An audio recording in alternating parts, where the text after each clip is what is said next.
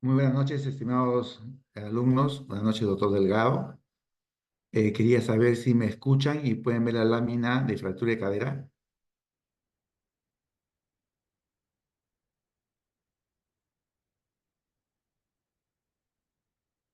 Sí se ve, doctor. Muchas gracias.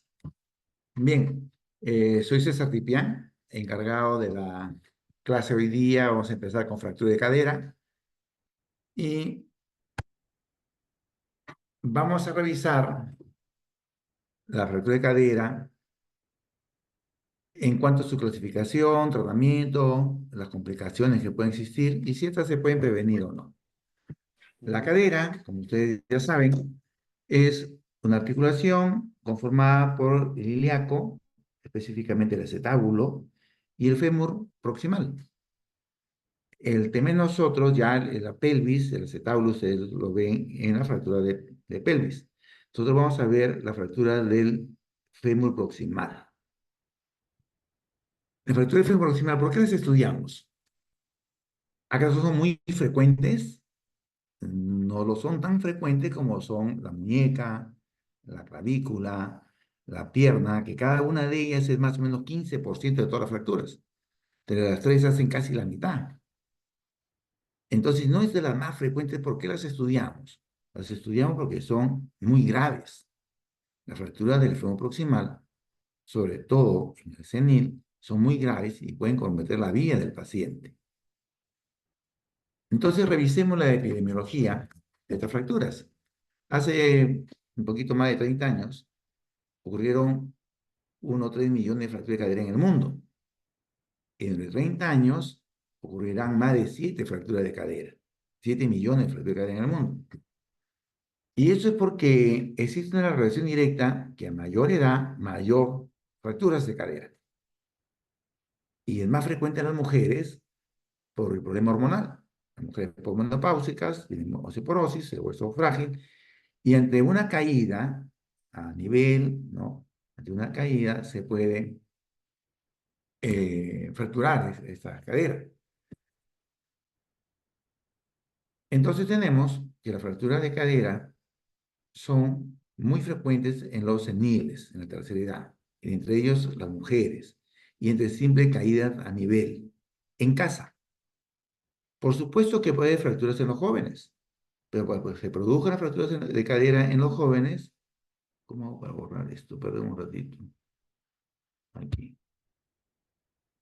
Así. Bien, entonces decíamos que en los seniles, sobre todo mujeres, en simple caída en la casa, se puede fracturar la cadera. Que puede ser en los jóvenes también. Pero necesitamos traumatismos de alta energía, no como estas simples caídas que son de baja energía. La alta energía es, por decir, caída de altura, un atropello por un vehículo motorizado o el impacto de un proyectil de arma de fuego. Puede fracturar este hueso muy fuerte que tienen los jóvenes, pero no es lo más frecuente. Lo más frecuente son estos seniles y aquí son pues graves. Revisemos la morbilidad. Hay que recordar que solo la mitad de los pacientes fracturados de cadera que se han podido tratar consiguen caminar igual que antes de la fractura. Solo la mitad de los operados caminan igual a lo que hacían antes de la fractura. Y entre el 10 y 15% no recupera la capacidad para caminar fuera del hogar, es decir, no son considerados deambulatorios. La persona es deambulatoria cuando sale de la casa a caminar, se va al parque, se va a la iglesia, ¿no? Pero si solo está dentro de la casa, aunque camine, se considera no deambulador. Entonces, hay un porcentaje, 10-15%, que se convierte en no deambulador. ¿Y qué complicaciones podemos tener? Existen las complicaciones ortopédicas, o sea, locales de la fractura del hueso en sí, ¿no? Y las generales. Las locales, que ustedes ya conocen, las consolidaciones viciosas, es decir, consolidan, pero fuera de eje. O la pseudoartrosis, es decir, las que no consolidan. Puede haber necrosis vascular que se muere la cabeza femoral. Después vamos a ver por qué. La disminución de los rangos articulares. Estas complicaciones ortopédicas, si bien es cierto, son problemas, mucho más problemas son las complicaciones generales. Porque estos pacientes con fractura de cadera quedan postrados, no pueden caminar, están en cama. con la fractura de cadera. Y al estar en cama, a estos seniles se le puede complicar con neumonías, bronconeumonías, infecciones respiratorias, que lo puede llevar a la muerte del paciente de la neumonía. O al estar postrados, hacen úlceras de presión en el sacro, en el talón, se infectan estas úlceras, hacen sepsis y se mueren. O al estar postrado, enlentece la circulación, produce trombosis, ¿no? En la vena, trombosis venosa profunda, y esto es soltar un émbolo, y hacer embolia pulmonar, y se muere el paciente. Entonces, las complicaciones generales es un problema más serio porque puede llevar a la muerte del paciente. O sea, no solamente tenemos movilidad, sino también tenemos una mortalidad.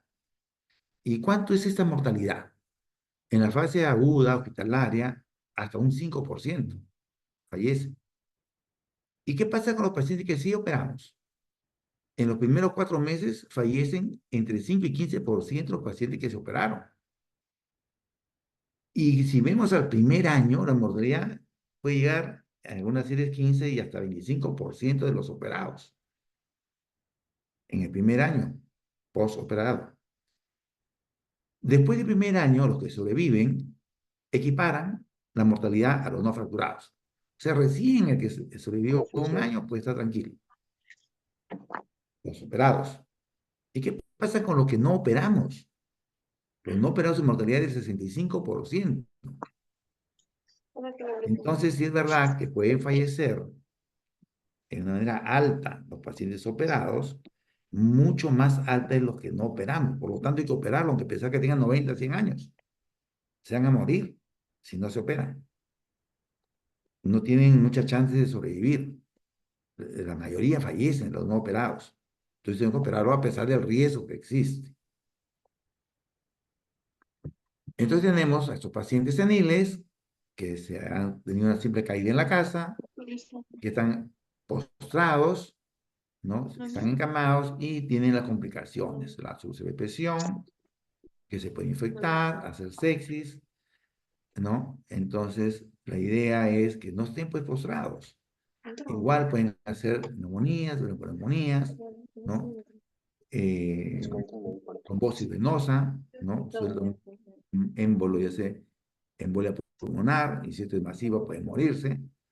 Entonces, la idea es que fijemos una fractura para que el paciente pueda movilizarse, pueda sentarse. Hay que evitar la postración, porque la postración es lo que va a llevar a las complicaciones que pueden conllevar a la muerte del paciente. Entonces, la idea no es que salgan caminando.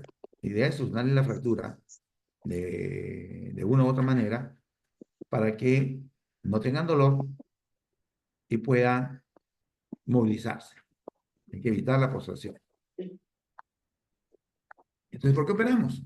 Porque estabilizando la fractura va a dejar de doler, ¿no? Igual como cuando ustedes han visto, inmovilizan la fractura de muñeca, ya no duele, ¿no? Al no doler, puede sentarse pronto, puede movilizarse y esto puede mejorar el estado general del paciente.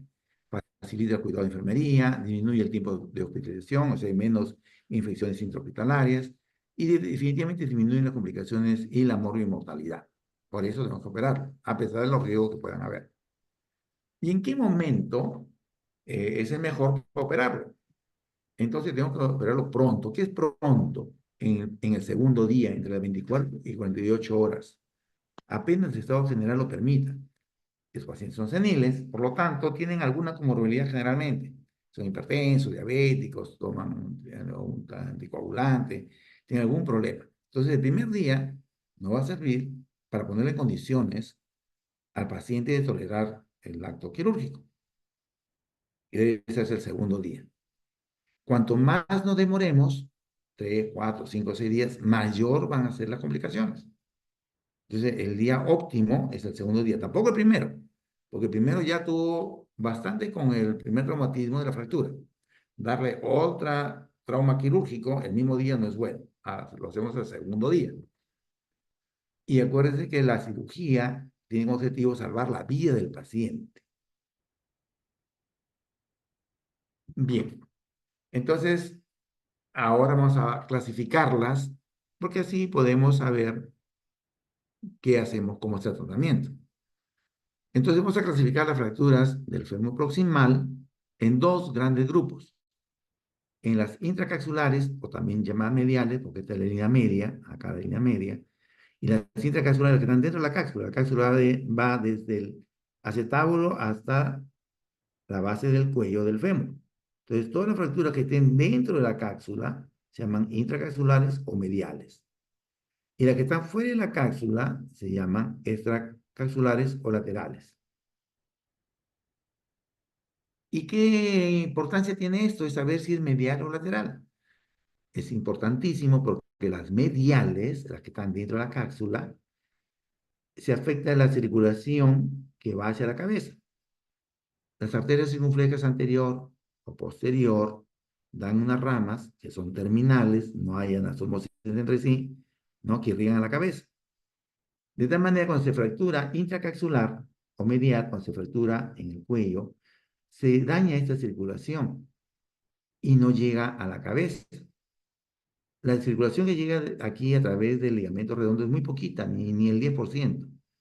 Entonces, al interrumpirse la circulación, la cabeza se queda sin sangre y viene la posible complicación de necrosis vascular. O al no tener sangre, ustedes ya saben que viene la complicación de las pseudoartrosis atróficas, porque no llega irrigación, no llega la sangre. Entonces, esas son las complicaciones que tienen pues las fracturas intracapsulares o mediales. En cambio, las extracapsulares o laterales no tienen ese problema de la irrigación. Entonces, por eso la dividimos en mediales y laterales. Las mediales van a ser las subcapitales, es decir, las que están inmediatamente debajo de la cabeza. Y las medios cervicales, que están al medio del cuello. Estas son las mediales o intracapsulares, que tienen problemas de irrigación. En cambio, las laterales son las bases cervicales, en la base del cuello, las que están a través de los trocánter menor y mayor, o sea, las transtrocantéricas, y las subtrocantéricas, las que están debajo del trocánter menor. Estas subtrocantéricas, trocantéricas y bases cervicales son las laterales, en la cual no afecta la irrigación a la cabeza porque los vasos ingresan por aquí. A diferencia de las mediales, que sí se pueden dañar estos vasos. Entonces, tenemos mediales y laterales. Las mediales tienen mala irrigación en la cabeza. Por lo tanto, si no son tratadas, no van a consolidar, van a hacer artrosis, o pueden ir a la necrosis avascular, la necrosis aséptica, en un tercio de todos los casos. Y esto no depende de la cirugía, no es que esté mal operado, sino es un problema de irrigación. La fractura daña los vasos y a más desplazamiento, mayor daño a los vasos. Y entonces la cabeza se queda sin irrigación y se muere. A pesar que yo lo pude acomodar y fijar, pero se muere porque no tiene irrigación. Y eso ocurre en un tercio de los casos. En cambio, los laterales, como tienen buena irrigación, aunque no la trate, van a consolidar. Lógicamente, si no la trato, no la acomodo, van a consolidar en posición viciosa, que no es bueno, pero consolidan. Y no complican, pues, con la necrosis vascular, porque tienen buena irrigación, las laterales. Bien, veamos ahora cómo hacemos el diagnóstico. El diagnóstico va a ser por clínica y por imágenes, como en todo el capítulo que están viendo ustedes. En la clínica tenemos el dolor. El dolor es sumamente importante. ¿Dónde el dolor? En la ingle. Pero algunos pocos pacientes podrían tener no el dolor en la ingle, sino el dolor referido a la rodilla. Le duele la rodilla y no la ingle. Entonces nos puede engañar, porque no examina la rodilla y no ve problemas, ¿no? O a veces también el dolor está referido a la cara interna del muslo y no en la ingle. Entonces hay que tener cuidado, pensar en el dolor referido. ¿Qué otro signo tienen? La impotencia funcional. Este es importantísimo. O sea, no puede movilizar la extremidad.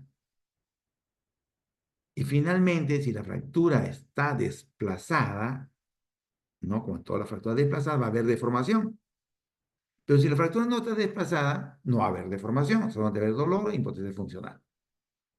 Cuando hay una deformación típica en las fracturas del fémur proximal, que es el acortamiento y la rotación externa. Entonces, si tengo un paciente senil que sufrió una caída a nivel y que tiene dolor e impotencia funcional, más deformación, esto es fractura de cadera mientras no se demuestre lo contrario. Si no tiene deformación, puede haber fractura de cadera, búscala. ¿Por qué existe acortamiento? ¿Por qué existe acortamiento? Porque los músculos pélvico-trocantéricos, los que van de la pelvis al trocánter, van a traccionar, van a jalar ese proximal. Y como está fracturado, sea en el cuello o en la región lateral, asciende el fémur, la diáfisis. Entonces, al ascender, se acorta la extremidad. Hay más acortamiento en fracturas laterales que en las mediales porque la cápsula contiene y no deja que se acorte mucho. Pero sí hay acortamiento en las desplazadas, más en las laterales que en las mediales. Entonces, en la clínica es dolor, generalmente en la ingle, a veces referido a rodilla o cara interna del muslo, impotencia funcional, no puede pararse, no puede levantar el talón. Una manera muy sencilla es, señora, por favor, levante el talón izquierdo y lo puede levantar. Y cuando dice levante el derecho es imposible. Hay impotencia funcional. Y si está desplazada la fractura, tendremos deformación, acortamiento, rotación externa. Esto, mientras no se demuestre lo contrario, en un anciano es fractura de cadera. Entonces, necesito ver en la radiografía qué tipo de fractura es. Y aquí la radiografía, que se toma en AP, ¿no? Con rotación interna, podemos ver claramente la fractura, ¿no? Allí a nivel. Cuando tenemos dudas del sitio de la fractura o de la forma de la fractura, podemos pedir una tomografía. La camografía nos sirve sobre todo para saber irrigación y la resonancia magnética nuclear también para ver irrigación o también para ver eh, fracturas ocultas. Entonces, si tenemos un paciente que tiene una caída, tiene dolor, impotencia funcional, y en la radiografía no veo el trazo de fractura, entonces puede tratarse de una fractura oculta, que no la veo. Es como la fractura del escafoide carpal, que se cae el joven, tiene dolor en el fondo de la tabaquera, pero la radiografía es normal. Exactamente igual puede ocurrir aquí, y tiene una fractura oculta. Unos días y vas a ver cómo se ve la fractura en la radiografía. O le tomo una tomografía. Y en la tomografía encuentro la fractura oculta que no la veo en la radiografía. Y tenía clínica, senil que se cae, con dolor e impotencia funcional. No hay deformación porque no está desplazada la fractura. Entonces hay que pensar en la fractura oculta, en esos pacientes seniles que se caen y no hay acortamiento, no hay rotación externa, incluso en la radiografía no veo fractura, pero hay clínica, hay dolor en la ingle, hay impotencia funcional, no puede elevar el talón. Entonces hay que pensar, pues, si no tengo tomografía en el serums, ¿qué hago? Trate en reposo absoluto y lo mando donde tengan tomografía. Si no tengo donde mandarlo, espérate unos días y vas a ver que no se levante, que no se levante la cama, porque si quiere caminar se puede desplazar la fractura y es peor. Entonces está en reposo absoluto, ¿no? Y unos días después va a aparecer la fractura en la radiografía. Exactamente igual como ya ustedes saben en el escafoide carpal. Bien. La resonancia también es importante, también me puede dar signo de necrosis auricular, la resonancia. Bien, ya tengo el diagnóstico clínico y radiológico. Ya si es intracapsular o extracapsular. Ahora vamos al tratamiento. ¿Qué hacemos con estos pacientes que tienen esta grave fractura? Entonces, al llegar, ¿no? En la emergencia, la fluidoterapia para hidratarlos, analgésico, reposo absoluto, y tenemos que corregir las comorbilidades, porque este paciente va a tener que ser operado. Entonces tenemos que hacer los preoperatorios en este primer día, que lo vea el cardiólogo, el neumólogo, los riesgos neumológicos, cardiológicos, tiene que evaluar el anestesiólogo para ver el tipo de anestesia, corregir todas las comorbilidades, anémico, tener sangre a mano, ¿no? Para una posible transfusión, hacer el consentimiento informado que es vital, ¿no? Aquí hay que poner todas las posibles complicaciones, que el paciente puede fallecer, ¿no? Porque así es, no es porque sea mal operado. Y hemos visto las tasas de mortalidad post-operados, incluso meses después. Entonces, esta es una fractura que se llama terminal, que está al fin de la vida del paciente. y una alta mortalidad. Bien, ¿cuál es el tratamiento en estas fracturas? Hay que diferenciarlas. ¿Es intracapsular o es extracapsular? El tratamiento es distinto. Ambas son complicadas, ambas tienen alta mortalidad, pero los distintos regiones va a ser que tengan distinto tratamiento. Entonces empecemos por las intracapsulares o también llamadas intraarticulares o mediales. Garden es una clasificación en 4 grupos, ¿no? El primer grupo describe como una fractura impactada en valgo o una fractura incompleta. Garden 2, una fractura completa pero no desplazada.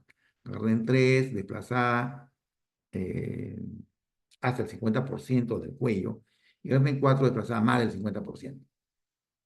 Esto es posgrado. Entonces, para pregrado, que son ustedes, vamos a hacerlo más sencillo, aprovechando la clasificación de Garden, en que vamos a dividirla en no desplazadas, fracturas mediales no desplazadas, es decir, la Garden 1 y 2, y las desplazadas, es decir, Garden 3 y 4. Entonces, si la fractura es no desplazada, el tratamiento debe ser uno, y si son desplazadas, el tratamiento debe ser otro. Empecemos. Si tiene una fractura medial, o sea, intracapsular, no desplazada, las impactadas en valgo impactadas en valgo o las incompletas, o siendo completas no se han desplazado nada, en estos casos, las no desplazadas, ¿qué tenemos que hacer? Lo mismo que a todas las fracturas. Las fracturas, primero tenemos que reducirlas y después tenemos que fijarlas. Como esta está no desplazada, no hay nada que reducir. Lo único que tengo que hacer es fijar. Por lo tanto, el tratamiento va a ser la osteosíntesis. Osteo, hueso, síntesis unido. Y que lo unimos con unos tornillos anulados, ¿no? Que son unos tornillos que son huecos, ¿no? Y como son huecos, es muy fácil pasar unas guías, ¿no? Para que fijen a la fractura y a través de esas guías pasamos los tornillos huecos, ¿no? Siguiendo el eje de estos clavitos, estas guías. El entornillador también es hueco porque el alambre que está guiándonos puede pasar el tornillo y el entornillador. Y así fijamos la fractura, retiramos los alambrecitos y queda la fractura fijada. No tenemos nada que reducir, tenemos que fijar. Entonces las fracturas no desplazadas, mediales, tenemos que fijarlas con esos tornillos angulados, osteosíntesis. Pero si la fractura está desplazada, la fractura medial está desplazada, a 3 y 4 de Garden, está desplazada, hay alteración en los vasos sanguíneos. Esa cabeza tiene alto riesgo de que se muera. Tiene alto riesgo de que no consolide por osteoartrosis. Entonces, ¿qué hacemos? Vamos a ver qué edad tiene el paciente en primer lugar. Si el paciente tiene menos de 65 años, se llama joven, para fractura se llama joven, a un menor de 65 años, entonces lo que tenemos que hacer para esta fractura desplazada, tenemos que reducirla primero. Y luego de reducirla tenemos que fijarla. La reducción puede ser, como ustedes ya saben, incruenta o cruenta. O sea, abierta o cerrada. Incruenta cerrada, cruenta abierta. Y una vez que hemos reducido, tenemos que fijarla.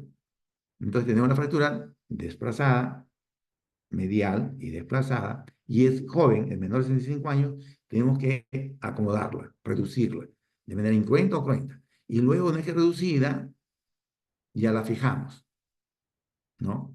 Con los tornillos anulados, que habíamos visto, en las no desplazadas.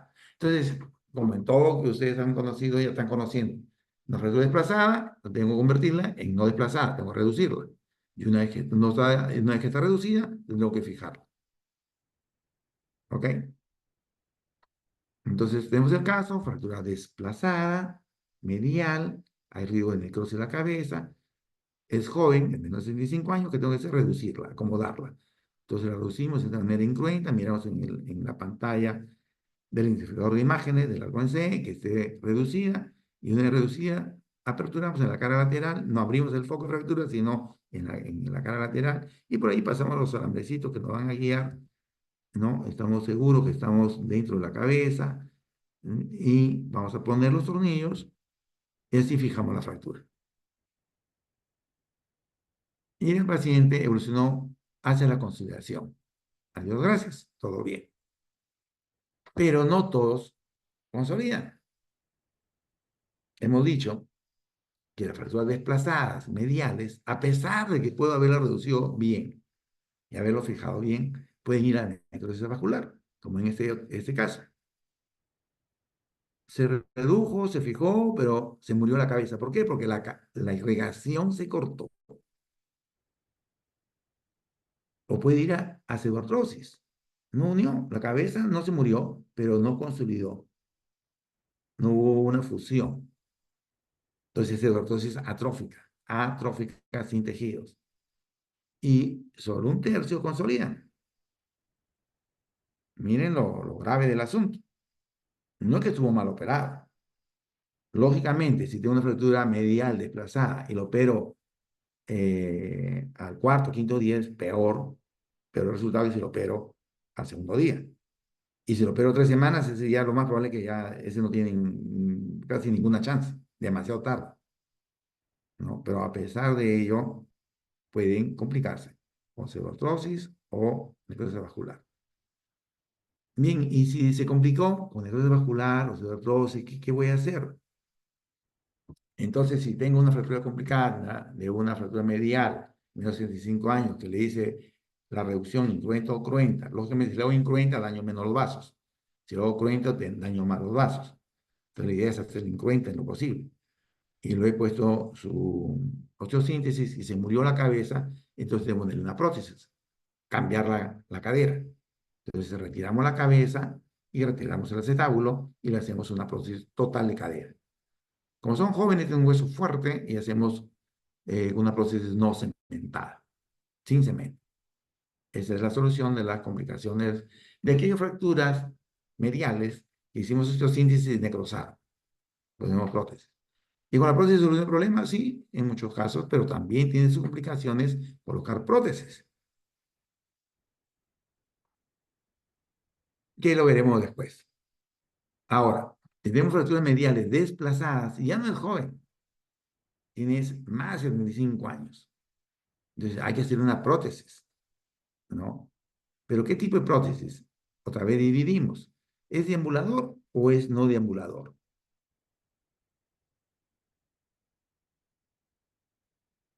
Acá. Si tengo más de 75 años, pregunto, ¿es deambulador o no deambulador? ¿Sale a caminar antes de la fractura? ¿Caminaba en la calle? No, no deambulaba. Ya estaba muy mal, estado general. Es un paciente que tiene una neoplasia, tiene una expectativa de vida muy corta. Entonces, a estos no deambuladores se hace una prótesis parcial.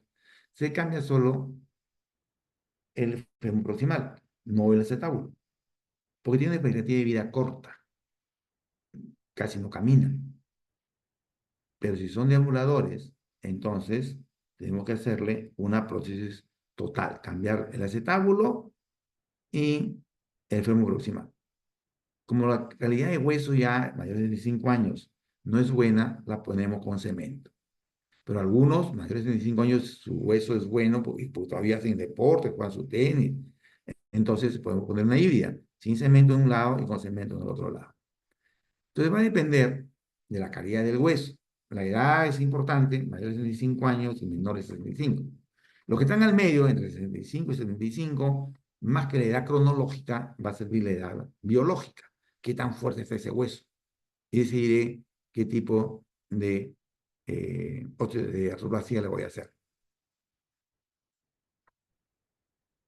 Y decíamos que estos pacientes con prótesis también tienen complicaciones. Complicaciones tempranas como la compresión neurológica a la hora de reducir, a la hora de acomodar, a la hora de poner la prótesis. Allí se puede dañar el nervio ciático. Puede haber tromboembolias también, por eso hay que darle profilaxis antitrombótica, enoxaparina a los pacientes. Existe dismetría, le puede quedar una pierna más larga, más corta que la otra. Entonces, a veces no podemos dejarla con los dos del mismo tamaño, porque si no queda la prótesis poco inestable y preferimos que quede estable. O sea, puede quedarnos un poquito más larga porque queremos que no se luxe. Entonces, eso también en los tenidos informados hay que hacer constar de que puede quedar una extremidad un poquito más larga 1 o 2 centímetros, incluso hasta 3 centímetros, ¿no? Y habría que colocarle un zapato con un alza. La disimetría es una complicación también algo frecuente. O la luxación, que esto es terrible. Pues si se luxa, entonces uno dice, bueno, la reduzco, pero se va a volver a luxar, porque seguramente la prótesis no ha sido colocada de manera adecuada. Entonces hay que volver a colocarle la prótesis de una manera adecuada, en una posición adecuada que no se luxe. La infección es la complicación más terrible que podemos tener, pues nos va a obligar a retirar la prótesis, ¿no? Con todos los problemas que hemos tenido para ponerla, ahora tenemos que sacarla, curar la infección y ponerle otra prótesis. Y tardías, ¿no? Que se pueden dar incluso meses o años después de la infección también, hasta 2 años después, el que me está incubando allí.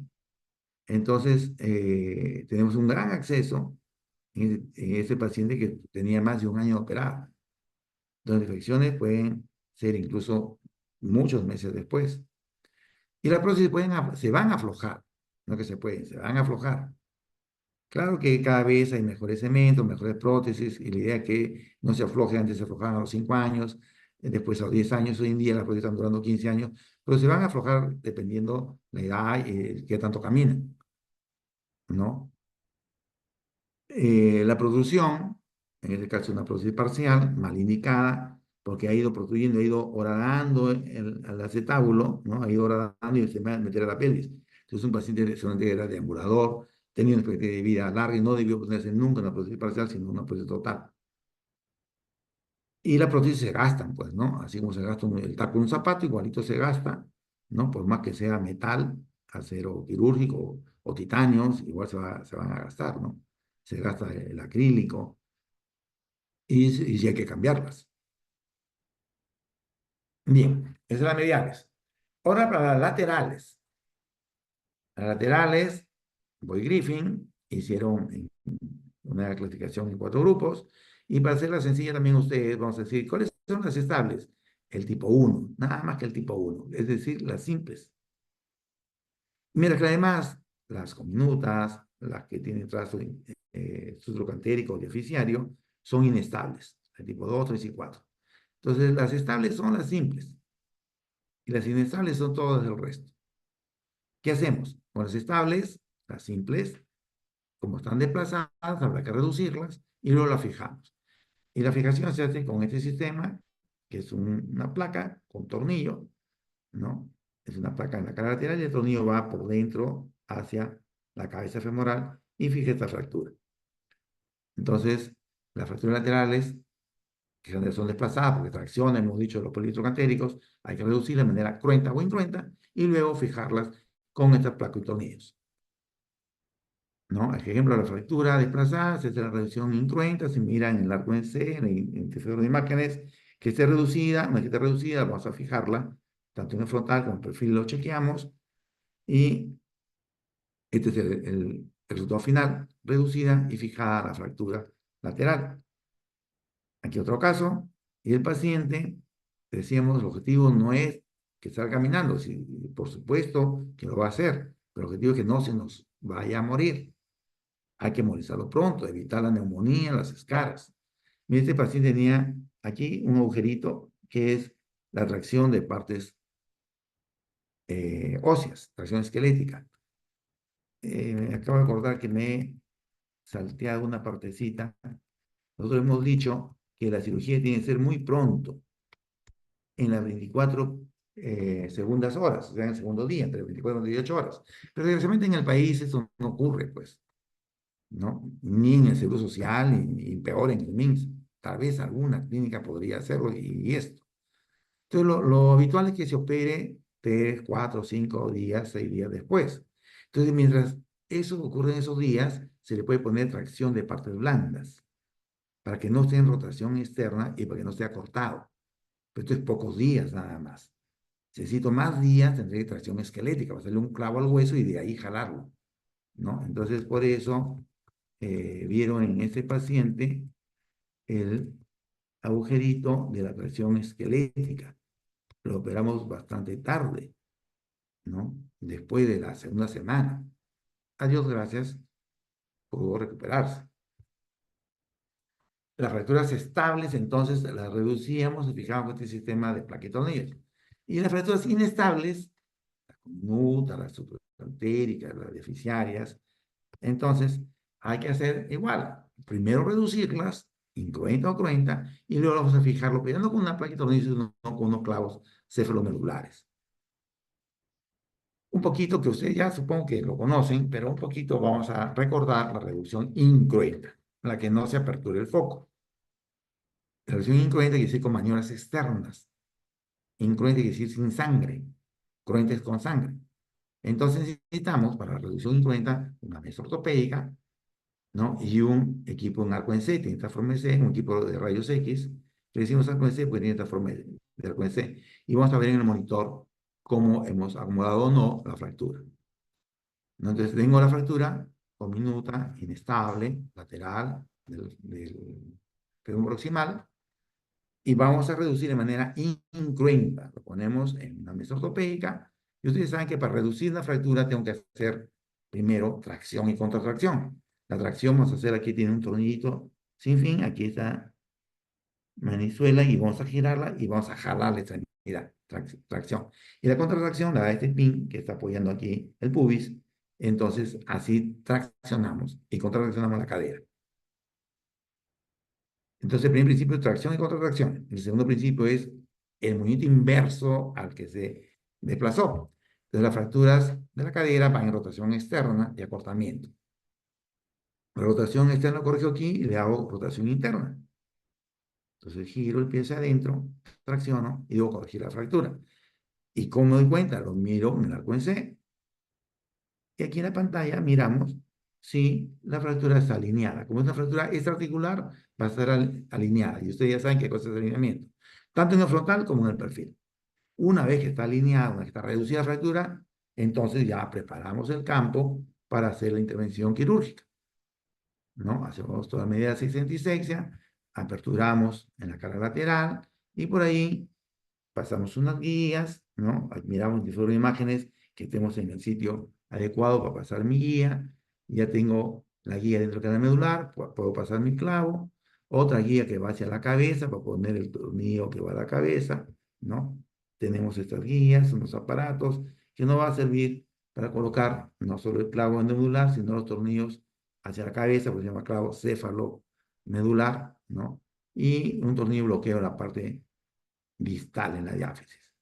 Entonces, la cadera, la articulación no la hemos abierto, lo hemos hecho lateralmente, desde lejos. Le hemos pasado el clavo intermedular y desde ahí la cara lateral, a través de la cara lateral, pasamos ese tornillo gracias al indicador de imágenes y a estos dispositivos, estas guías, que nos permiten saber exactamente dónde estamos y cuánto vamos a poner de tamaño de tornillo y de clavo. Un tapón allí. Y la reducción cruenta es, como dice su nombre, con sangre. O sea, tenemos que aperturar el foco y acomodar los fragmentos utilizando pues algunas pinzas, ¿no? Y lo acomodamos, lo fijamos. Esto es cruento. Lo incruento es sin aperturar el foco de fractura. Y lo vamos a fijar con clavos, que hay distintos modelos, materiales de titanio, de acero quirúrgico, que no viene al caso, ¿no? Bien, entonces vamos a un caso clínico rapidito para grabar lo que hemos dicho. Tengo una mujer senil, 70 años, fumadora crónica, ya quiere decir que fumadora crónica, tengo un mal hueso, sufre una caída a nivel, tiene dolor en la ingle, impotencia funcional, entonces esto debe ser una fractura de cadera. Le pido su radiografía y analizo la radiografía y tiene una fractura intracapsular, medial. Quiere decir que la cabeza está sin irrigación porque los vasos se han dañado, se ha desplazado la fractura y aquí no tengo muchas chances de salvar la cabeza. Paciente senil. Entonces lo que voy a hacer es reemplazar la cabeza, ponerle una prótesis. Como es deambuladora, entonces tendrá que ser una prótesis total. Mal hueso con cemento. Entonces, una fractura medio cervical desplazada, paciente senil, prótesis. Artroplastia total de cadera. ¿Ok? Esta misma paciente, 3 años después, se cae. Y no le duele la cadera izquierda operada, le duele la cadera derecha. y la radiografía no muestra ninguna fractura, pero hay dolor y hay impotencia funcional. Entonces es probable que tenga una fractura oculta. O me espero en reposo total, unos días para poner una nueva radiografía, o le hago una tomografía. Como tengo una tomografía, le hago la tomografía y ahí veo la fractura. Sí tiene una fractura, está oculta. Y esta fractura es lateral. ¿Interrumpe la circulación de la cabeza? No, es lateral. Va a consolidar. Entonces, lo que tengo que hacer es fijarla. No tengo nada que reducir y la fijo. A mí una paciente, a mí me edades parecidas, pero dos tratamientos distintos porque las fracturas estuvieron en dos lugares distintos. Una fue intracapsular y la otra fue lateral. Y también consolidó, ¿no? Un tiempo después, sin ningún problema. Las fracturas pueden prevenirse. Entonces dijeron, sí, pues, si el problema es que son osteoporóticas, hay que mejorar la calidad de hueso, hay que darle hormonas, y con eso evitamos la osteoporosis. A todas las mujeres menopáusicas, hay que darle hormonas, y se acabó el problema. Sí, se acabó la osteoporosis, pero viene el otro problema, que es aumento de cáncer de cervix y de mama. Entonces, al haber más cáncer de cervix y de mama a los pacientes que damos hormonas, definitivamente nadie más la vuelve a usar. Entonces, eso que se hacía hace 3 décadas, hoy en día nadie lo hace, está proscrito. Entonces dijeron, bueno, pues entonces hay que amortiguar la caída. Entonces, si le hacemos eh, una espuma de polietileno que me va a absorber, ¿no? La energía cuando se caiga y protejo así el hueso. Entonces se hace en laboratorio y sí, pues me absorbe la energía, hago estos pantalones con estas espumas de polietileno, absorbe la energía cuando se caiga y ya no se fractura. Entonces, en teoría funciona, se usó mucho, sobre todo en las casas de reposo, en las casas donde están los ancianos, y igual se fracturaban. ¿Y por qué se fracturaban? Porque se caían. Entonces, ¿qué tengo que evitar? Que se caigan. Y debo prevenir las caídas. Y si pueden prevenir las caídas, se ha demostrado que una de cada 3 caídas sí pueden ser prevenidas. Entonces, lo que tengo que hacer es prevenir que la gente no se caiga, las familias no se caigan. ¿Y cómo lo prevén? Entonces, que visiten al oftalmólogo y al otorrino, porque la vista y el equilibrio los hace caer. Si yo no veo, me tropiezo. Si no tengo equilibrio, me caigo. Entonces, hay que tener bien controlados desde el punto de vista de visión y audición. Que no tenga un zapato porque su suela resbale. Hay que colocar cintas adhesivas antirresbalantes en la zona peligrosa. ¿Cuáles son? El baño, donde uno más se cae es en la ducha. En la ducha, entonces en la ducha debe tener pues, muchos soportes en las paredes para que siempre esté apoyado en 3 puntos. O sea, las dos manos y los pies, levanta un pie, ya tiene 3 puntos. ¿No? Entonces, siempre tener las dos manos fijas en algún apoyo. Entonces, hay que fijarlos en las paredes, estos soportes. En la escalera, lógicamente con pasamano. Que esté bien iluminado el hogar, que no existan esos tapetes que están a la entrada de la casa, como esos zapatos, porque esos 2 milímetros de discrepancia los puede hacer tropezar y caer. Que no te subiendo y bajando escaleras, ¿no? Si puedo tener la cama del abuelito en el primer piso mejor. Que cada vez tenemos más mascotas en la casa y a veces unos perros muy grandes que lo chocan al senil y lo hacen caer.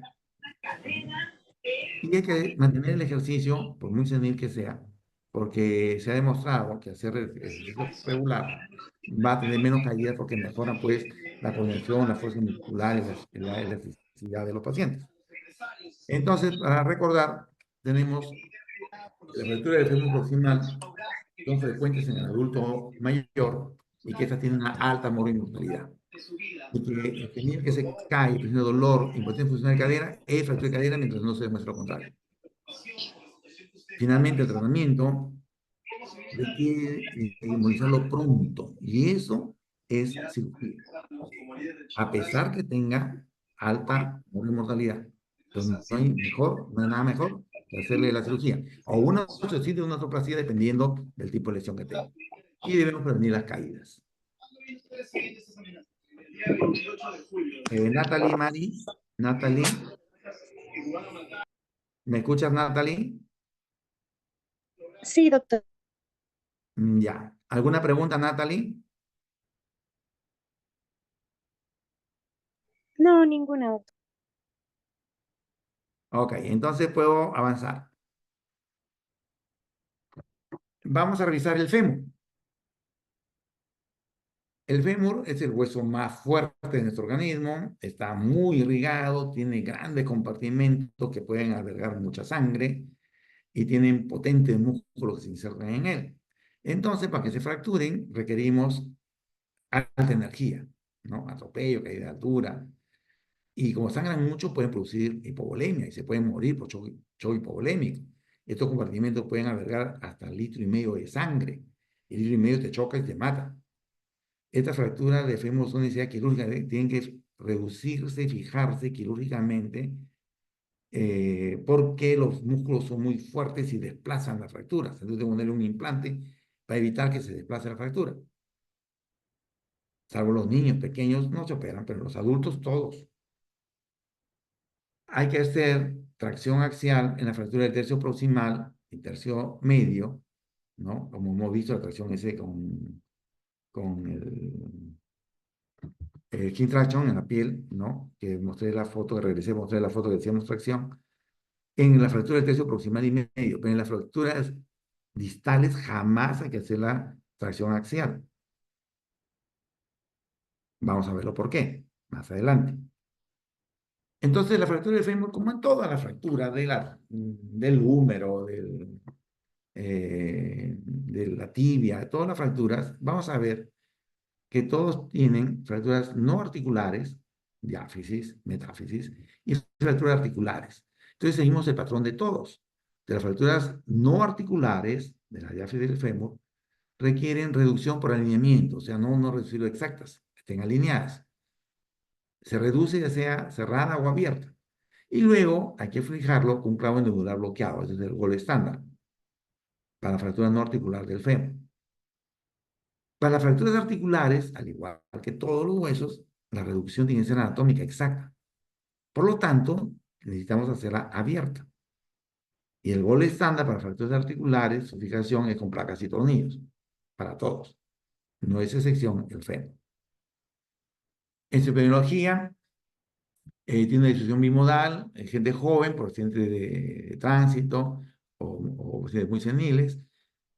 Hay un 15 a 20% que se complican con fracturas abiertas por esta alta energía que se transmite, ¿no? Pueden tener lesiones asociadas, vasculares 1 o 2%, los vasculares se daña el vaso, es poquito, pero es grave, ¿no? Aparte, es el sangrado que tiene el hueso, o sea, el hueso per se, por sí mismo, puede sangrar hasta 1,5 litros, sin que se dañe ninguna arteria. El hueso sangra, ¿no? Hay lesiones en la rodilla, pues estos accidentes de tránsito, pues se daña también la rodilla, por vecindad, pero como esto es más aparatoso, nos enfocamos en la diáfisis y no miramos el resto. Tan es así que cuando hay una fractura de la diáfisis femoral y también coexiste una fractura proximal, ¿no? En el fémur proximal, en un tercio de los casos no se diagnostican, se nos pasa. Aquí y en todo el mundo que no hacen las cosas bien. ¿Por qué no hacen las cosas bien? Porque cuando tengo una fractura deficiaria del fémur, no podemos aceptar esta radiografía que está cortada. Tengo que ver cómo está el fémur proximal y el fémur distal, porque allí puede estar la sorpresa, ¿no? Yo no veo, porque me sale aquí una imagen, ¿no? Que no sé cómo borrarla. A ver aquí. No sé cómo borrarla. Pero supongo que ustedes sí ven que hay una fractura en el fémur proximal. ¿Alguien me contesta si lo pueden ver o no?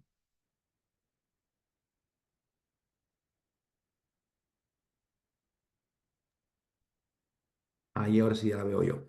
Ok, acá está la fractura del fémur proximal, que no Doctor, la veíamos porque la radiografía estaba cortada. Entonces siempre hay que ver todo el hueso. Siempre hay que tener dos incidencias, frontal y perfil, para analizar las fracturas. Avanzamos. Las fracturas de la diáfisis Se desplaza porque tiene esos potentes músculos que van a hacer desplazar pues, las fracturas. La clínica, igual que todos, dolor, aumento de volumen, equimosis, desplazamientos en rotación externa, movilidad normal, acortamiento de la extremidad. El diagnóstico en base pues a la anamnesis, el examen físico, siempre tenemos que hacer la inspección, siempre buscar los pulsos, siempre buscar la sensibilidad en todas las fracturas. O sea, aquí no hay nada nuevo. No solo vemos pues huesos, hay que ver si hay compromiso neurológico, si hay compromiso vascular, examinando, buscando los pulsos periféricos, buscando sensibilidad, siempre, a todos. Y finalmente la radiografía para ver el tipo de fractura. Entonces, la emergencia que eso nos interesa, que no se nos choque, ponerle una vía con volumen adecuado, controlarle su presión arterial, su frecuencia cardíaca, aliviar el dolor, inmovilizarlo con una férula y trasladarlo, porque estos necesitan tratamientos quirúrgicos, ¿no? El tratamiento definitivo va a ser reducción incruenta o cruenta y luego, para la diáfisis, enclavamiento intramedular. Algunas veces, cuando el hueso es un poco curvo y el clavo es recto, entonces tenemos que usar una placa, ¿no? O el canal medular es muy angostito, no puede pasar un clavo endomedular, entonces es una placa. La alternativa al gol estándar, que es el clavo intramedular, es una placa de tornillo. Cuando las fracturas son expuestas, entonces usaremos un tutor externo. ¿Qué complicaciones tenemos? La rigidez de la rodilla, infecciones, si son expuestas, o en las cerradas que las abrimos, consolidación viciosa cuando hacemos mala reducción, pseudoartrosis cuando hay problema de irrigación, y las lesiones vasculonerviosas, ya sea por el accidente o por el acto quirúrgico. Entonces veamos una fractura diaficiaria, ¿no? Desplazada, o un tercer fragmento. Entonces, esta fractura, hoy en día decimos, tenemos que reducirla, mejor incruenta que cruenta. Y luego tengo que fijarla con un clavo neural bloqueado. Eso es lo que hemos dicho. Sin embargo, esto aquí es del 2003, ¿no? Hace un montón de tiempo, y como lo hacíamos antes cuando no existía ni el arco en C, ni el clavo neural bloqueado. Entonces tenemos que, pues, abrirlo, acomodarlo cruento y ponerle un clavo sin bloqueo. No hay un tornillo acá, entonces puede rotar. Este clavo lo inventó el doctor Kunz en la Segunda Guerra Mundial, hace un montón de años, que lo usamos todavía en el siglo actual, ¿no? Y ven la incisión para hacer la erosión cruenta, y por aquí el clavo ingresa, por dentro del canal medular, lo acomodamos y sigue avanzando hasta la parte distal, con muy buena función de la rodilla y la cadera. Entonces sí funciona, pero tenemos este problema de las incisiones grandes para poder acomodar. Concha lo hacía con sensor de imágenes allá en 1940. Y vemos cómo evoluciona la fractura, ese tercer fragmento, cómo se incorpora, ¿no? Y consolida perfectamente bien, ¿no? Acá ya tenemos un año después, y la fractura consolida, y el clavo lo podemos retirar generalmente después de 2 años, ¿no? Entonces ahí vemos la consolidación perfecta de esta fractura de fémur hace muchos años cuando teníamos nada de lo que tenemos hoy en día y lo hacíamos perfecto. Cuando el canal es muy delgadito o curvo el hueso, entonces se pueden usar clavos y tornillos. También implica una incisión muy grande, ¿no? Sin embargo, tenemos una muy buena función de este joven, de rodilla y de cadera, con una tremenda incisión. Cuando tenemos estas fracturas comminutas en la diáfisis, entonces no es bueno ponerle placa y tornillo porque voy a desperiodizar este fragmento que ya perdió la irrigación endóstica, y si le pongo una placa y tornillo voy a perder la circulación perióstica. Y si no tengo circulación ni perióstica ni endóstica, este fragmento se puede morir. Entonces es un gran problema. Entonces la idea es tratar de hacerlo cerrado sin dañar la irrigación y ponerle un clavo endomedular. Pero va a girar, entonces tiene ese bloqueo. Y entonces ahora sí podemos solucionar bien este problema. Las fracturas extraarticulares hemos dicho que no necesitan poder estar reducidas anatómicas, sino alineadas, que no tenga una separación tan grande como esta, ni una lateralización tan grande como esta. Entonces lo alineamos, no hay una reducción anatómica, pero está alineada. ¿no? No hay separación mayor de 5 milímetros, no hay lateralización mayor de 50%, no hay acortamiento mayor de 1 centímetro, y ponemos el clavo anular con bloqueo. Estos tornillos atraviesan el hueso y el clavo, de tal manera que al ponerlo en la parte proximal distal es imposible que rote el hueso alrededor del clavo. Entonces se llama, estos son tornillos de bloqueo antirrotatorios. Y vemos cómo evoluciona hacia la consolidación. Y su función es normal, tanto en la rodilla como en la cadera.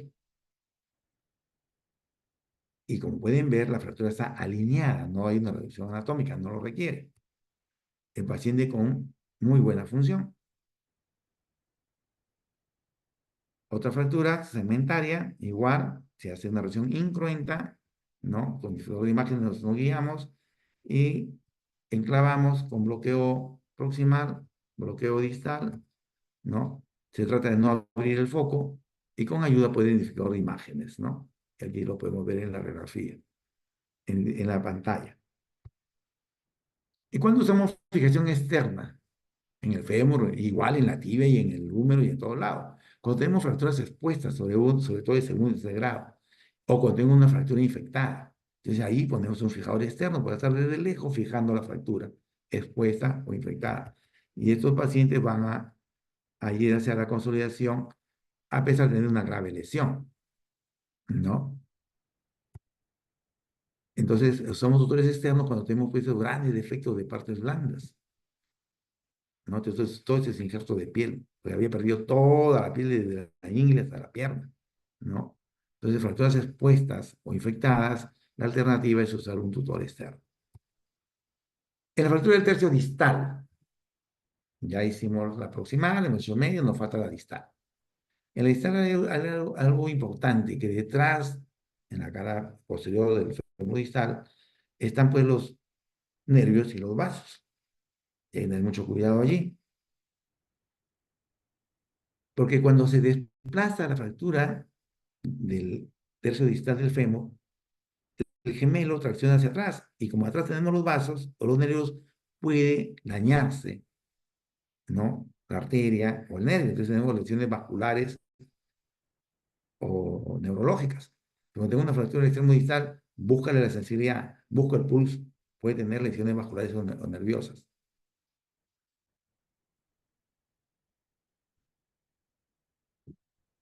Tenemos que, igual, la clínica es exactamente igual que todos, hay que tener dolor, deformación, hay que ver si hay la selección de la piel para decir fractura cerrada o abierta, siempre buscar el estado neurovascular en todas las fracturas, sobre todo en esta del fémur distal, porque tenemos muy cerca el hueso, en la parte distal, los nervios y los vasos. También la posibilidad de síndrome compartimental, hay que examinarlo. Las radiografías nos van a ayudar para ver si tenemos compromiso articular o no. Entonces, clasificamos la fractura del extremo distal del fémur, siguiendo la clasificación de la AO, la Asociación de Osteosíntesis, en las fracturas extraarticulares, también llamadas A, las fracturas articulares simples o unicondilares, la B, y las fracturas complejas o bicondilias, la C. Felizmente, que las más frecuentes son las A, las que no afectan la articulación. ¿Por qué felizmente? Porque las articulares hay que reducirlas anatómicas exactas y siempre van a requerir de una cirugía para acomodarlas. En cambio, las extraarticulares yo puedo tan solo alinearlas y no necesariamente necesito aperturar el foco. Y hemos visto que podemos hacerlo con indicador de imágenes. Entonces, ustedes cuando tienen en la emergencia, en sus serums, una fractura del fémur distal, hay que ver si tiene lesión vascular o neurológica y lo tienen que hacer las férulas. Ya todos, estoy seguro yo, en sus prácticas ya saben colocar una férula. No, no pueden terminar el curso sin conocer, sin colocar una férula. Y algunas veces tenemos que hacer la tracción, ¿no? De esta fractura del fémur distal del fémur, porque se retrasa la cirugía o porque se decide no hacer tratamiento quirúrgico por alguna razón. Entonces hay que hacer la tracción, pero no en axial. Tenemos que hacer una tracción suspensión con la rodilla en flexión. ¿Qué es esto? Si una tracción en axial, si solo dejarlo distalmente, puedo creer que estoy alineando bien la fractura, como podemos ver aquí. Se está alineando la fractura, pero estoy viéndolo solo en frontal. Si lo viese yo en perfil, en una tracción axial, voy a ver que si tracciono nada más axial, el fragmento distal se va a ir hacia atrás porque el gemelo lo está jalando hacia atrás y aquí tengo el nervio y los vasos, entonces estoy haciéndole malpraxis, estoy dañando al paciente. Por eso jamás hay que hacer tracción en axial. Entonces tendríamos que hacer una tracción, si lo hago solamente en axial, si lo jalo solamente distalmente, el fragmento se va a ir hacia atrás. Entonces tener otra suspensión del fragmento distal del fémur, ¿no? O una tracción esquelética también del fragmento distal hacia el cenit, hacia el techo, para evitar que se vaya posterior. Como nada de esto ustedes tienen en sus serums, no, entonces no hay que hacer tracción, lo que tengo que hacer es una férula. Y así no tracciono nada. Hay que poner una férula. ¿Qué implantes tenemos? Tornillos, paquitornillos, clavos, fijador externo, dependiendo del tipo de fractura. Entonces, las fracturas supracondilias, las que no afectan el cartílago, que no afectan la articulación, las supracondilias desplazadas, tenemos que reducirlas y fijar el gol estándar son placas y tornillos, ¿no? Hemos dicho que no se requiere necesariamente reducciones anatómicas. Si la puedo hacer, bien, pero si no, no lo requiere. Entonces, las fracturas del tercio distal no articulares, tenemos que reducirlas, ¿no? No necesitan reducciones anatómicas y fijarlas con placa y tornillos, que es el gol estándar. También se puede usar clavos en angulares bloqueados, pero en las fracturas articulares, aquí sí tengo que reducirlos exacto anatómico, porque si no va a producir artrosis. Entonces aquí sí tengo que hacer presiones abiertas y acomodarlas, ¿no? Pero hay que tener un cuidado en estas fracturas articulares de la rodilla, de los cóndilos femorales, que cuando tengo la fractura en el plano sagital, es fácil verlo en la radiografía frontal. Lo voy a ver del cóndilo femoral externo o del interno fácilmente en frontal. Pero si yo quiero verlo en el frontal, una fractura que se ha dado en el plano frontal es imposible. Para poder verlo tengo que poner al paciente en lateral. Entonces de esto se dio cuenta el doctor Hoffa y por eso lleva su nombre la fractura de Hoffa. La fractura de Hoffa es una fractura de cualquiera de los cóndilos, interno o externo, pero en el plano frontal. De tal manera que para verlo en la radiografía tengo que verlo en perfil, no lo voy a ver en frontal. La fractura de Hoffa. Entonces, las fracturas articulares requieren reducciones anatómicas abiertas y fijación con tornillos o placas y tornillos. ¿No? Acordarse de la fractura de Hoffa, que no vamos a ver en el frontal. Y aquí tenemos el ejemplo. Entonces, una radiografía y aparentemente no hay fractura. ¿No? No hay fractura. Pero si hubieras visto en perfil, sí te hubieras dado cuenta que aquí sí tiene la fractura.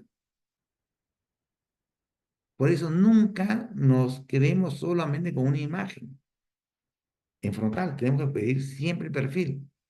Y en las fracturas de los cóndilos femorales hay una que se llama de Hoffa, ¿no? En que no la vamos a ver en el frontal, sino en el perfil. Y todas las fracturas articulares tienen que ser reducidas anatómicas y fijadas, como en este caso de la fractura de Hoffa.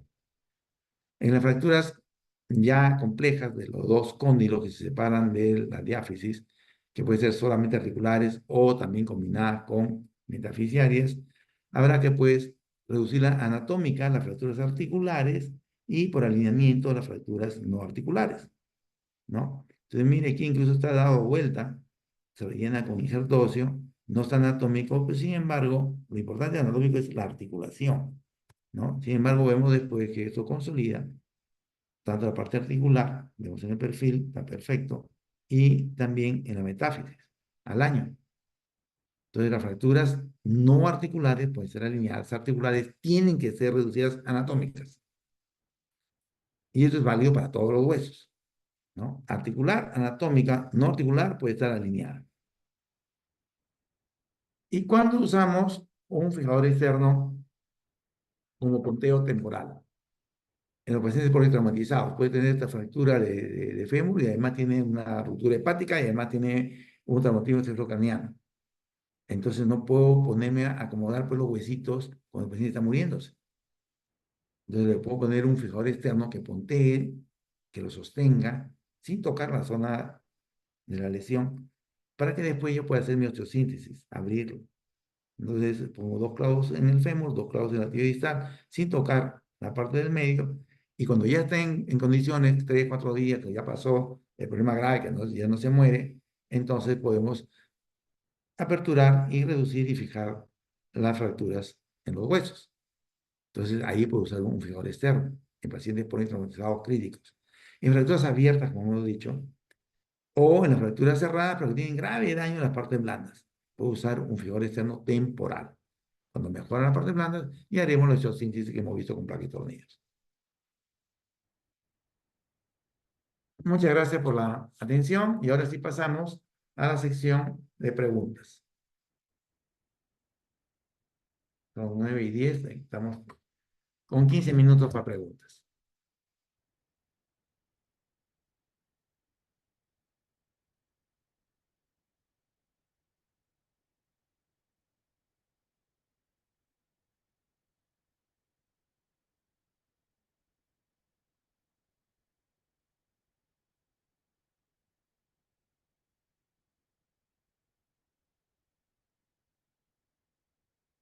Paliza Nayeli, ¿me escuchas? Paliza Nayeli. Sí, doctor, buenas noches. Muy buenas noches, Nayeli Paliza. Eh, ¿Alguna pregunta? ¿Alguna duda? No me expliqué en qué parte. No, doctor, todo claro. Ok. Bueno, aceleré la parte final porque para mí es muy importante las preguntas que me hagan. Y si no me hacen preguntas, sí me voy a quedar preocupado.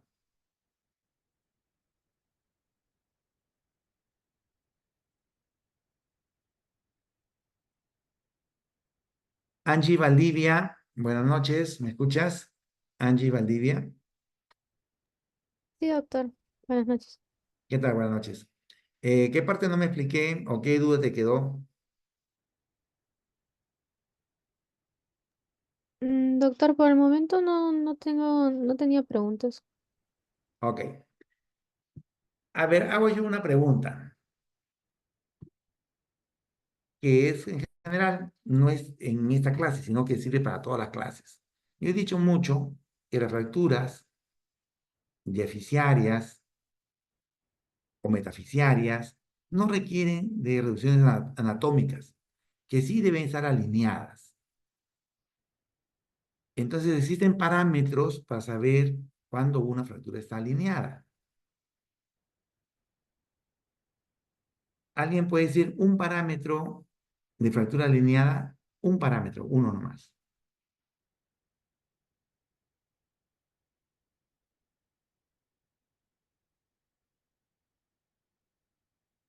¿Podría hacer la angulación, doctor? El ángulo del... Ok, Fernanda, perfecto. Sí, un parámetro es ver la angulación. Entonces, ¿cuánto es lo máximo permitido de angulación en una fractura medio deficiaria de un adulto? Para decir que esté alineada la fractura. ¿Cuánto está permitido de angulación en una fractura medio deficiaria de un adulto?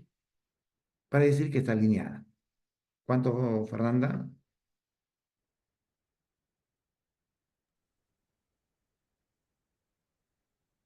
Era creo que 10 grados. Excelente, así es, 10 grados. En el adulto, 10 grados. Entonces, si yo tengo una fractura angulada 5 grados, no me preocupo, está alineada. O si está angulada 20 grados y la reduzco y me queda 8 grados, bien, la reduje, estoy bien, estoy dentro de los 10 grados permisibles.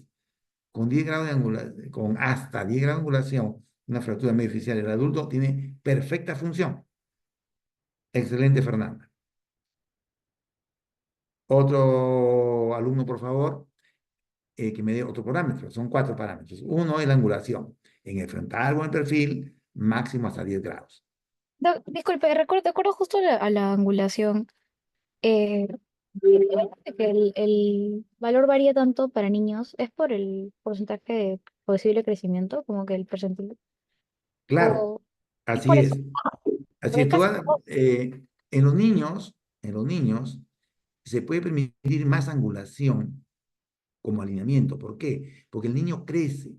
Y al crecer tiene un fenómeno que se llama de remodelación ósea y corrige la angulación.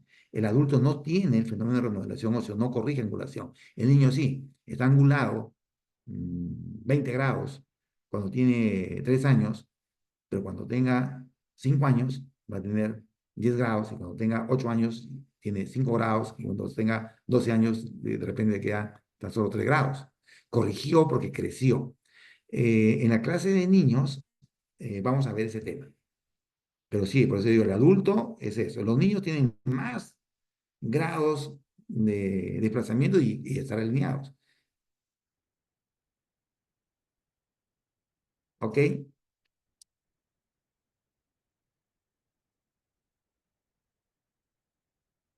Paolo Estefano, ¿me escuchas?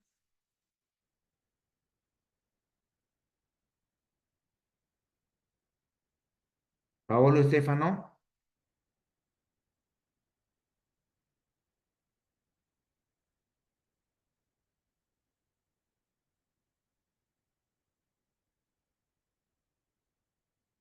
Paolo Estefano, ¿me escuchas? Creo que se quedó dormido. Diana Lucía Chávez, ¿me escuchas? Sí, doctor, buenas noches. Muy buenas noches, Diana. Eh, Otro parámetro que tenemos que considerar cuál es para saber que la fractura está alineada. También podría ser la rotación. La rotación, excelente, muy bien. ¿Y cuánto es lo máximo permitido de rotación en una fractura medio diaficiaria? Mm, si no me equivoco, creo que es menos de 5. Correcto, no te equivocas, eso es. Debe ser menos de 5 grados. Y esto es tanto para el adulto como para el niño, porque el niño corrige lateralización, acortamiento, angulación, pero no corrige rotación. Entonces, hasta 5 grados de rotación es lo máximo permitido para un niño y para un adulto. Perfecto, Diana Lucía, gracias. ¿Quién sigue? Michelle Rosas, buenas noches.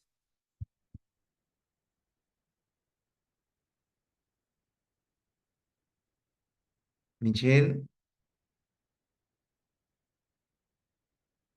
también se quedó dormida. Daniela Castañeda, Buenas noches, doctor. buenas noches, Daniela. Otro parámetro, ¿recuerdas? Para saber si una fractura Mm, está alineada o creo, no. creo que podría ser la longitud, si Perfecto, es que sí. está, claro, si está acortada o alargada. Así es. Em, Entonces, ¿cuánto de acortado puede ser tolerado, puede ser aceptado, puede tener buena función? Si se me has- acorta el hasta miembro inferior, unos ¿hasta cuánto? 2 centímetros, más o menos. 1 centímetro, Ujú, hasta 10 milímetros. Así como hay hasta 10 grados, acuérdate hasta 10 milímetros ujú, de acortamiento en miembro inferior. Pero en miembro superior, el acortamiento puede ser mayor a 10 milímetros y tener buena función. En miembro superior, hasta 5 centímetros. Así como nos acordamos de 5 grados de rotación, nos acordamos de 5 centímetros de acortamiento en miembro superior. 1 centímetro de acortamiento en miembro inferior. Correcto, acortamiento. Y Daniela, ¿y cuánto de separación? ¿Cuánto de diastasis? ¿Cuánto de que estén alejado un fragmento del otro? ¿Cuánto es lo máximo que puedo permitir? mm, 2 a 3 milímetros más o menos. Sí, hasta 5 milímetros. Ujú, Hasta 5 milímetros. Entonces, el 5 nos va a servir 5 grados de rotación, ¿no? 5 milímetros de diastasis. ¿Ok? Gracias, ujú, Daniela. ya. Entonces, ya hicimos rotación, angulación, axiales, o sea, acortamiento y alargamiento. Y nos falta tan solo uno, que son los laterales, los desplazamientos laterales. Renzo Rodrigo Castro. ¿Está despierto, Renzo? Sí, doctor. Hola, Renzo, muy buenas noches. Renzo, en cuanto a lateralización, sea que se desplaza lateralmente en el frontal o en el perfil, ¿hasta cuánto sería lo máximo permisible, lo máximo aceptado? ¿Hasta cuánto tiene buena función si se desplaza? Creo que es hasta 10 grados. Eh, los grados, Renzo, sirven para la angulación. Como hay un desplazamiento lateral, no hay angulación. Pues el eje están paralelos. Entonces, cuando se desplaza lateralmente, se refiere uno al diámetro del hueso. Entonces, si lateralmente se desplaza el 100% del diámetro del hueso, eso no es aceptado en un adulto, una fractura medioficiaria. Si se desplaza la mitad del diámetro del hueso, 50%, hasta allí lo máximo aceptado. Entonces, ¿cuánto es aceptado de desplazamiento lateral en una fractura medioficiaria de un adulto? Hasta 50% del diámetro del hueso. Si está lateralizado 10%, bacán, no te preocupes, va a tener buena función si consolida allí, ¿no? Lo máximo permitido es 50% del diámetro de ese hueso. ¿Me expliqué, Renzo? Sí, doctor. Ok, bien. Entonces, para mí es más que suficiente que eso lo tengan grabado eh, siempre, para poder saber si la fractura está desplazada o no, si la reduje bien o no. ¿Ok? Esos parámetros de alineamiento. Y eso es válido para todos los huesos. Diáfisis adulto. Ok, jóvenes, muchas gracias por su atención. A ver, aquí hay una pregunta. Gino Ramos Rivera dice, doctor, buenas noches. Respecto a las fracturas capsulares mediales del fémur, con desplazamiento menor a 1 centímetro, escuché que el plan de trabajo en su mayoría va a prótesis. ¿Pueden no utilizar los tornillos?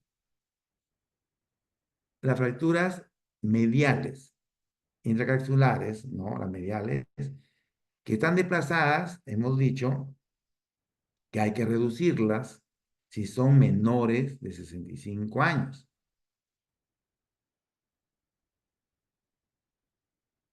Hay que reducirlas si son menores de 65 años porque hay que darle un chance, porque algunas consolidan y otras no. Entonces, como es joven, le puedo dar un chance porque si no va bien, voy a poder operarlo después. En cambio, si es un mayor, no tengo chance para una segunda operación, se me va a morir. Entonces, por las desplazadas del articular, que yo sé que no va a pegar 1/3, que se va a morir otro tercio, solo 1/3 va a pegar, entonces le pongo una prótesis, porque es senil. No tengo chance de una segunda cirugía, entonces le pongo una prótesis.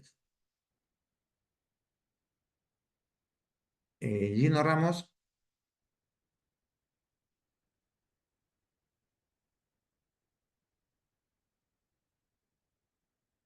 Renzo Rodríguez, ¿podría apagar tu micrófono, por favor, para que Gino Ramos me diga si llegué a contestarle?